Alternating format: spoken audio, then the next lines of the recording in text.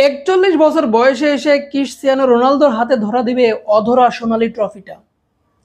হ্যাঁ, এবারের বিশ্বকাপে চ্যাম্পিয়ন দলের নাম হবে পর্তুগাল। এমনটাই জানিয়েছে ভিডিও গেম নির্মাতা জায়ান্ট ইএ স্পোর্টস।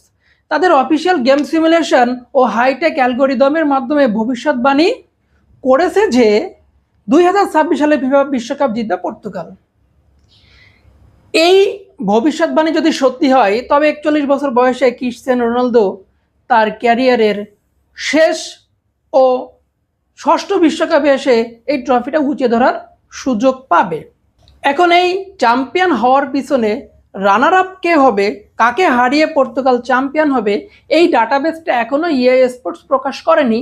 তবে বিভিন্ন গুঞ্জনের মাধ্যমে শোনা যাচ্ছে যে এই রানার আপ দলটার নাম হবে ব্রাজিল। অনেকে এটিকে কেবল একটি গেমের সিমুলেশন মনে করলেও ইএ স্পোর্টসের ট্র্যাক রেকর্ড 1.5 দশক ধরে 100% নিখুঁত। তারা সর্বপ্রথম 2010 সালে স্পেনকে চ্যাম্পিয়ন করে ভবিষ্যৎবাণী দিয়েছিল, চ্যাম্পিয়ন হয়ে গিয়েছিল।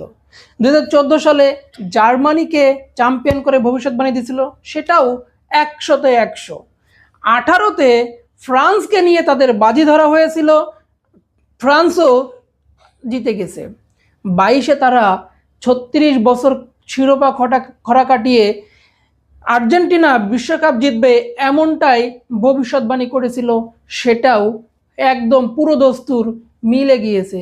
এবার 26 সালের যদি এই প্রেডিকশনটা মিলেই যায় তাহলে এই রোনালদোর যে বিশ্বকাপের যে একটা অন্যতম দাবিদার ছিলেন সেটাও হয়তোবা এবার পূরণ হতে যাচ্ছে। দেখা যাক কি হয়। এটা কি আসলেই একটা ভিডিও গেম নির্মাতা প্রতিষ্ঠানের একটা সিকোয়েন্স, নাকি আসলেই বাস্তবে রূপ নিতে যাচ্ছে এই অধরা ট্রফি উঁচিয়ে ধরার সেই স্বপ্নটা।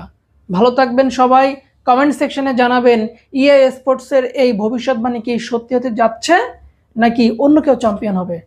Thanks for watching.